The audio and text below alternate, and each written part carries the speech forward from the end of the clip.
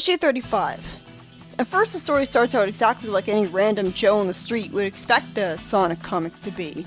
Sonic fighting Eggman and losing his rings, and talking about wanting to get some more rings. This is a lot like the games. In fact, too much like the games. Let's make it a little more interesting, please. No, not that much! Suddenly we're expected to believe that something super special will happen to Sonic when he collects his 1 billionth ring. I could understand if this was the billionth ring in a row that was absorbed into his aura along with all the others still being there, since I guess that would have a magical effect to it from magic overflow, but that's not the case. So this is very arbitrary. I guess rings have a mind of their own and have been keeping track of how many times Sonic has collected rings for shits and giggles and decided to celebrate this occasion just to toy with them. Also, why the hell was Eggman keeping track of how many rings Sonic had collected in his lifetime? And how could he? Again, the rings leave his aura when he gets hit by something, so Eggman wouldn't have been able to detect them there anymore. How could he possibly know how many rings he had collected throughout his lifetime then? Especially since I'm willing to bet the majority of rings he collected he'd get out of Eggman's sight. So how would he even know about that? Anyways, the rings decide to celebrate Sonic's 1 billionth ring by sending him to another dimension to meet up with an ancient walker. Because ancient walkers live in different dimensions from the one they originated from, apparently. I guess they decided this world wasn't to their liking. Oh, I guess Tails did tell everyone about his miniseries adventure and get believed by them. So why did he mention meeting authorities if he hadn't mentioned it yet, and not get reacted to by his friends at all? This ancient walker is still nothing like the ones Tails had met, though. She looks completely different and is actually able to talk in a booming old English godlike way, so why does Sonic recognize them? So if ancient walkers can talk, why did they have to communicate with Knuckles through pictures? Were they a different like, subspecies? And if only this one can talk, then why? Why is he the only one who bothers to try to learn other languages? And how do you find out how to learn them? Did he sign up for English courses over the internet? The ancient walker had Sonic's ring burn, and it lifted him up really high for some reason, saying that it was arbitrarily no ordinary ring, and figures out that Sonic had gotten his billionth ring. The billionth ring saved Sonic from falling into a green sea by growing. I told you rings have a mind of their own. This is way more interesting than the games, at least. And again, it's chaos energy. It makes sense that it be chaotic. Sonic realizes that rather than being a sea of pollution, it's a sea of chaos emeralds. How did he figure that out? So, what? Liquid melted down chaos emeralds? You'd think that sea would be extremely hot then, to the point of the convection alone killing Sonic, since it must require some pretty high temperatures to keep a gemstone liquid. He meets another ancient walker, who once again is able to speak his language for once. So did this guy take English courses too? It's not like he lives with regular people, so how would he learn it? I'm glad to see that Sonic is just as tired of being jerked around this wacky zone as the audience is. Sonic is given an emerald ring, sadly without making a snarky remark about getting a marriage proposal from him, and asks if this means that the Chaos Emerald and Magic Rings are related to each other. How the fuck do you spend that long living on Mobius without knowing that? That factoid should be everyday common knowledge by now. They're both magical, and you need 50 rings to go super with the emeralds, so it stands to reason that they're related. The ancient walker calls Sonic a mortal for some reason. Huh. So the ancient walkers aren't mortals, that's fascinating. Again, I really like this world building, you never see this in the games. Sadly, he just answers Sonic's question by giving him a riddle instead of a straight answer. Does he really have to do that? Why do all of the ancient walkers just want to mess with him? Do they think mortals are so inferior that being played mind games with is all they deserve? Somehow, Sonic shows that he's a lot smarter than one would think by immediately figuring out what the riddle means. He links 2 rings together, creating a chain. Where did he get that other ring? Anyways, as a reward for solving the riddle, Sonic is sent into another location by a chain of rings, another cool concept. After Sonic reminisces about how this place reminds him of Alan Cow's horizontal and vertical dimension, which I like, some more mind screw stuff happens that briefly made me wonder if this was all a dream of Sonic's. And the ring Sonic's running on like a treadmill forms into the symbol for infinity. Good thing rings are familiar with the meaning of the infinity symbol that humans use. For some dickish reason, When another ancient walker says he may ask him one question, he takes Sonic's just one response as an actual question and says yes, sending him away. What a jerk. Sonic in desperation tries to comfort himself by the idea that maybe this isn't fair is the ultimate answer to every question, when he said that answer, and isn't. For example, the question of where's my TV remote would be answered by, it's on my desk right in front of me, not by, this isn't fair. I think Sonic's going mad from all this. But again, Sonic shows himself to be a lot smarter than Colors would have you believe by figuring out what all of this lore about the rings means. The chain of rings is where magic rings go when they leave a zone. I'm guessing because rings become extremely lonely if they're separated from their buddies for too long. Though he also wonders if that's where they come from as well. Maybe it's both, like a never-ending cycle. Sonic also wonders if his universe is shaped like one strand of DNA in a huge entity because of the triple helix ring thing. I imagine it to be more like a square shape, to be honest. So that's kind of confusing. And again, another hard-to-believe invention of Eggman's. Why would Eggman be able to build a dashboard alarm that's able to alert him to Sonic re-emerging from another dimension near him before he even did it yet? It's not like he can detect his DNA, because there's no DNA in his dimension to detect yet. And why does he think it's fantastic that his arch-enemy is coming back? Doesn't he want him gone? The way that Sonic emerges from the portal destroys the engine of Eggman's device and sends him flying out of control after some extremely stilted dialogue where he tells the audience what's blatantly happening on the page. You know, so kids won't get confused. I don't mention that every time because it'll get repetitive and make it a lot more annoying to me when I point out so much. But seriously, that is like every issue, and even fanfictions don't make that kind of dialogue. Sonic explains that the rings surrounded him with a protective aura as he returned. Like rings always do, because they act like invincibility creators. Why are you acting like this is new? Sally's a really good friend to have believed Sonic about all this. Sure, he brought home his ring to prove it, but it looked like just any other ring. So that was nice of her. Sonic comes to the conclusion that he should find out the origin of the magic rings and Chaos Emeralds, because these things logically help him fight Eggman. Why would he need to find that out? This seems like way too big a cosmic question of Sonic of all people to try to figure out. I'd expect that from Tails or Rotor. This is way over his head. Then again, he figured out what all the stupid riddles meant, so I take that back, I guess. And the story just ends, to be continued later on. I was expecting this story to go on for a lot longer than that. And then we get the Knuckles story continued, with Knuckles boringly pondering to himself yet again about stuff we already know. He wonders how everything that's happened to him recently could be connected to the ancient legends that surround Mount Fate. Why would they? He's really desperate for an explanation for all this. I mean, I'm sure it is true, but why couldn't it just be that this is just some random mountain? Why does it have to matter that it's Mount Fate? He remembers the tales his father had told him about the Echidna Salvation, that's a weird word to use in a Sonic comic, and how the Salvation, betrayed by arrogance, I'm gonna doubt that one, nearly destroyed the world. What, did they build a nuclear weapon? It's explained in a flashback that ever since the island was sent above the land, Echidna science has struggled to regulate the effects of the emerald so that the island will stop floating. Huh? First of all, why wouldn't they just be able to tell the emeralds, "Hey emeralds, let us down"? If they were able to tell the emeralds to make the island rise, naturally since they're magical artifacts and this bends to their holder's will as magic would do, then why the hell can't they use them to land the island too? This at least explains why the island continued to float for generations instead of just returning to land immediately after dodging the comic, as if it was rising out of the ground and then falling like a dribbling basketball. But I assumed that the reason they stayed above land was because of the strategic advantage of their society being isolated on a floating island, protecting them from invasions from other civilizations. Who wouldn't want that? Although I guess if they're the only civilization advanced like that, they shouldn't have to worry about that. But just because their less advanced invaders would lose the war with them doesn't undo the fact that they could still hurt people and cause significant damage. Even the ancient Mongolians still damaged China and other places despite having less advanced technology. I understand that the Echidnas would be feeling homesick for the days when their civilization was on the land like it should be.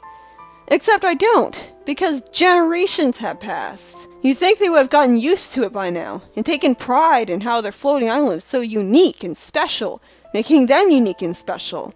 And these guys are talking as if every echidna was wanting to return to the land for the sake of it, and the narration implied that as well.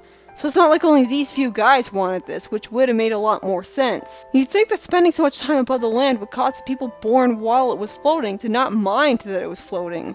Why would they? They don't know what they're missing.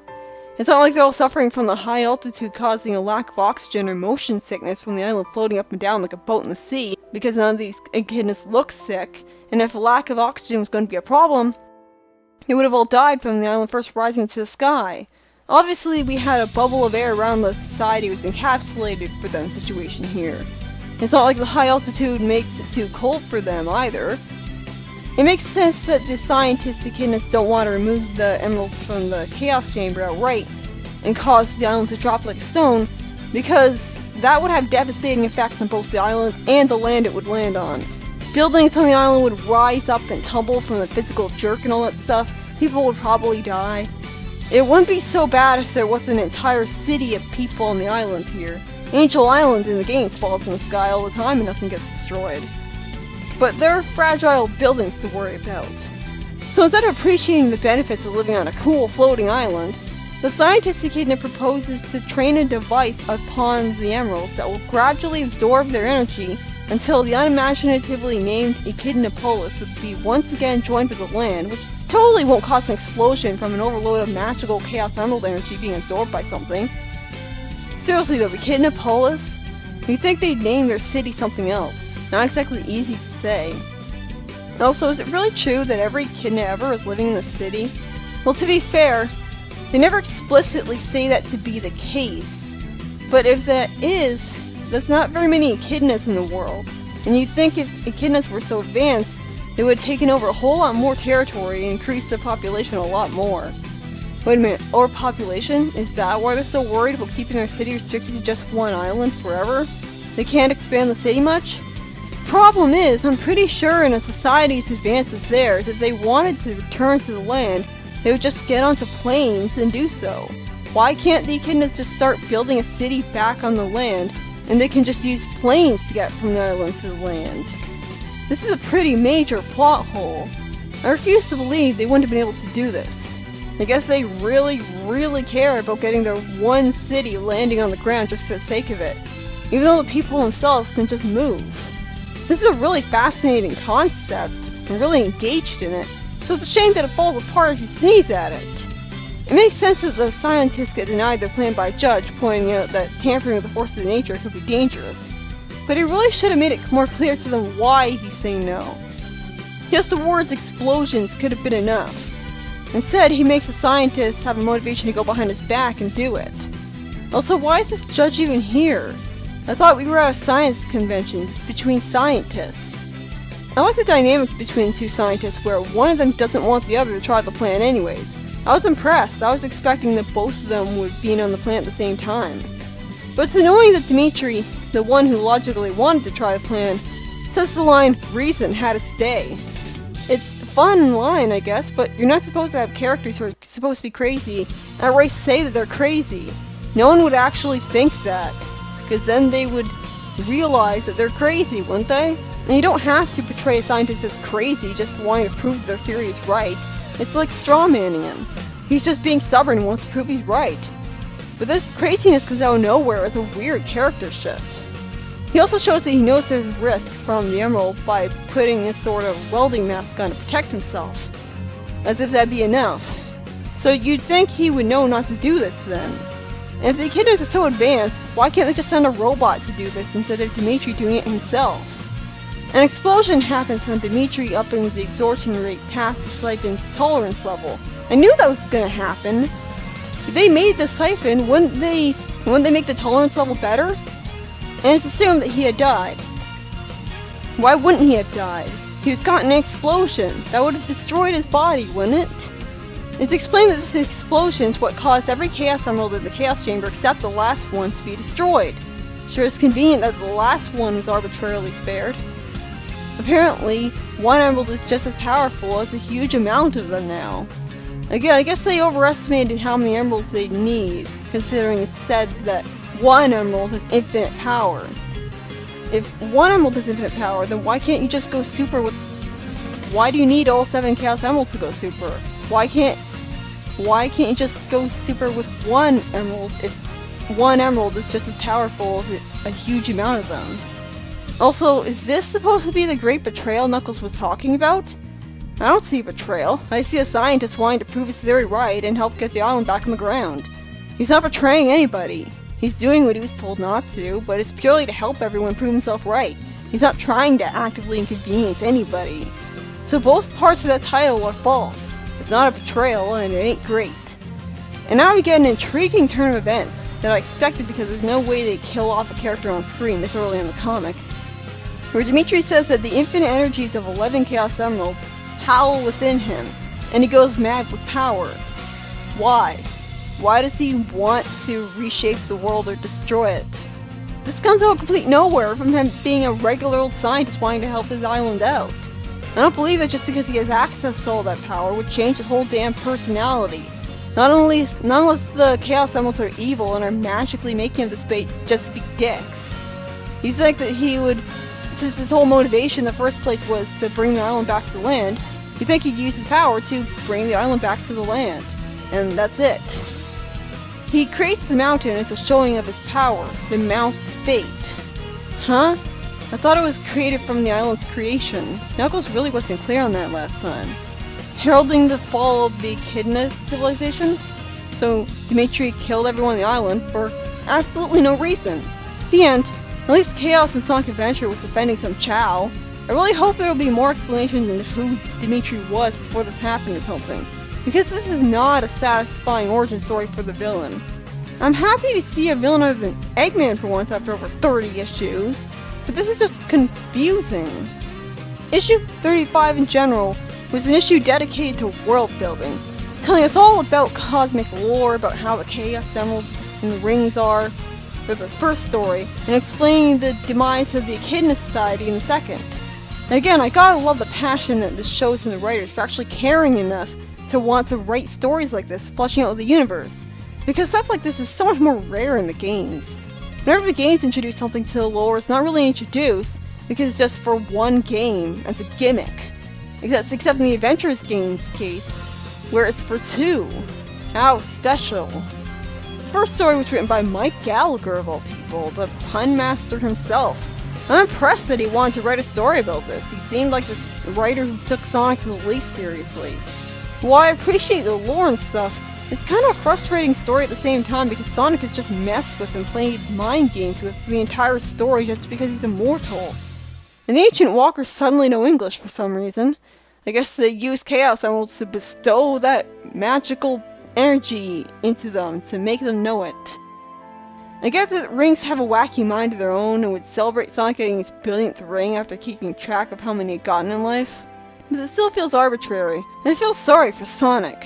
And the second, and yes, final story was about the fall of the Echidna race, even though it doesn't actually show a fall per se, and written entirely by Ken Penders. No way! I never would have guessed! Anyways, while I was really fascinated and engaged in all this world building, so I liked the story in general, it was rife with plot holes. You'd think the Echidnas would have advanced enough technology to have used planes to bring every Echidna back to the land. Why did they care so much about getting their city back to the land instead of appreciating the fact that they got an awesome bitching floating island? They could just fly back to the island, or even glide in fact, and expand their city there if they get overpopulated. Then they'd have 2 cities. And Dimitri makes an extremely sudden and jarring shift from a regular old scientist wanting to help the island to a destructive madman at the drop of a hat. This doesn't work as an origin because we don't know enough about him. Was he always evil and insane? He sure as hell didn't seem like it. Why would the Chaos Emeralds decide to make him become like this just for kicks? What do they have to gain from it? And we don't actually see all the Echidnas get destroyed. So, I guess they weren't? Although, if there are other Echidnas still alive after this, and Knuckles implies that the Echidnas became tree-hugging technology haters at some point, then maybe that's not really what happened. Why did they call it the fall of the Echidna civilization then? Wouldn't fall mean they all die? In general, I love the world building in this issue, but there were a few plot holes.